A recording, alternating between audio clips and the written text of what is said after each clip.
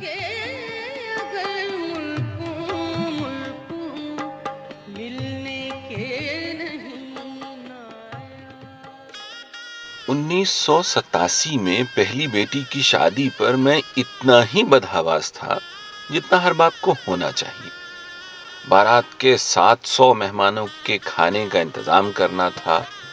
جان ایلیا نے مشورہ دیا، جانی رئیس بھائی سے پوچھ، ان کے قبضے میں جنات ہیں۔ رئیس امروہی فکر سخن میں محو تھے، سر اٹھا کر بولے، پگڑی والا سب کر دے گا، لالو کھیت سپر مارکیٹ کے پیچھے ملے گا۔ اور پھر بہرے خیال میں غوطہ زد۔ بڑی حیرانی ہوئی جب پوچھنے پر راہ چلتے پہلے ہی شخص نے ان تک پہنچا دیا۔ بان کی چارپائی گلی میں ڈالے آتے جاتے نئے باورچیوں کو ڈانٹ رہے تھے۔ اوپر لٹھے کی واسکٹ، نیچے 4 خانے کی لنگی، 70 کے پیٹے میں تھے۔ بھاری بدن، سر سید خان والی داڑھی اور گونجتی بھاری آواز۔ وہیں پٹی پر ٹک کر میں نے عرض مدعا کی، رئیس صاحب کے حوالے پر مسکرائے اور جنگ میں تازہ قطع دیکھ کر بولے، گرم مسالہ زیادہ ہے آج، کہہ دینا۔ خیر میاں، کیا کھلاؤ گے باراتیوں کو؟ میٹھے کا سن کر نفی میں سر ہلانے لگے۔ گاجر کا حلوہ نہیں بن سکتا؟ میں نے حیرانی سے کہا کہ سب بنا رہے ہیں۔ خفگی سے بولے، میاں سب میں ہم نہیں ہیں، نئی گاجر ہے پانی والی، کھوئے کی مار دو پھر بھی ذائقہ نہیں آتا۔ مہمان کے سامنے تو جو رکھو گے کھا لیں گے، پگڑی والے کی عزت خاک میں مل جائے یہ ہمیں منظور نہیں۔ میں نے اصرار نہیں کیا۔ دیگر امور طے ہو گئے تو چلتے چلتے میں کہہ بیٹھا، میں رئیس صاحب کے کہنے پر آ گیا، پتہ نہیں آپ کیسا پکاتے ہیں۔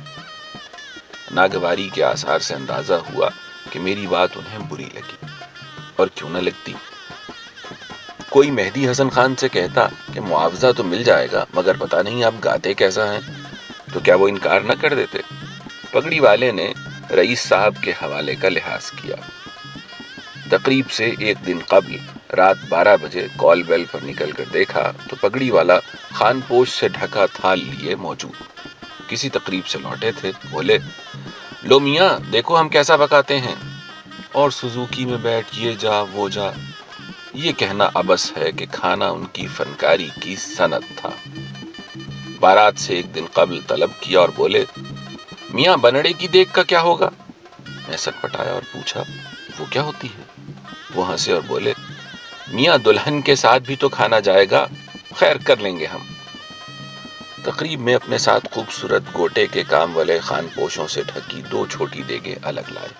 خود سنہرے ترے والی پگڑی اور شیروانی میں عصا تھامے کرسی پر بیٹھے شاگردوں کو ڈانٹ ڈپٹ کرتے رہے، مگر انہوں نے میرے بیٹوں کو بھی نہیں بخشا۔ جہاں کسی کو فارغ دیکھتے ڈانٹ لگاتے، میاں مہمان ہو، آپ کی بہن کی بارات ہے، میزبان ہو تم، خیال رکھو مہمانوں کا، کسی میز پر کچھ کم تو نہیں۔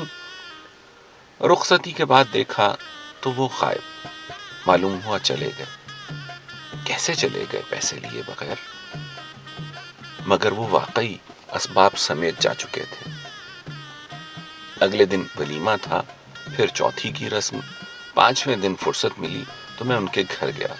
اسی طرح گلی میں چارپائی ڈالے بیٹھے ملے۔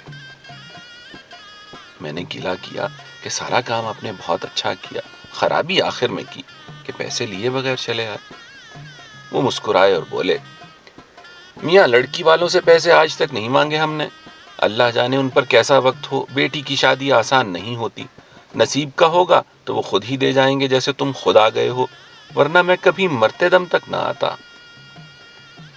میں دم بخود پگڑی والے کو، اس باورچی کو دیکھتا رہا جس کا ترہ دستار اس کی ناقابل یقین وزاداری، فراخ دلی اور توکل نے میری نظر میں ماؤنٹ ایورسٹ سے بھی اونچا کر دیا تھا۔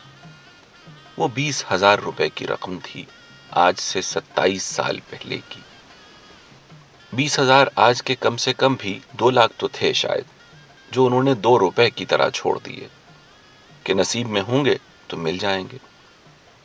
ان کے مرنے تک ایسا رہا کہ ہم فون کرتے تھے اور وہ تقریب کا انتظام ایسے سنبھال لیتے تھے جیسے میزبان ہم نہیں وہ ہیں۔ ڈھونڈو گے ہمیں ملکوں ملکوں، ملنے کے نہیں نایاب ہیں ہم۔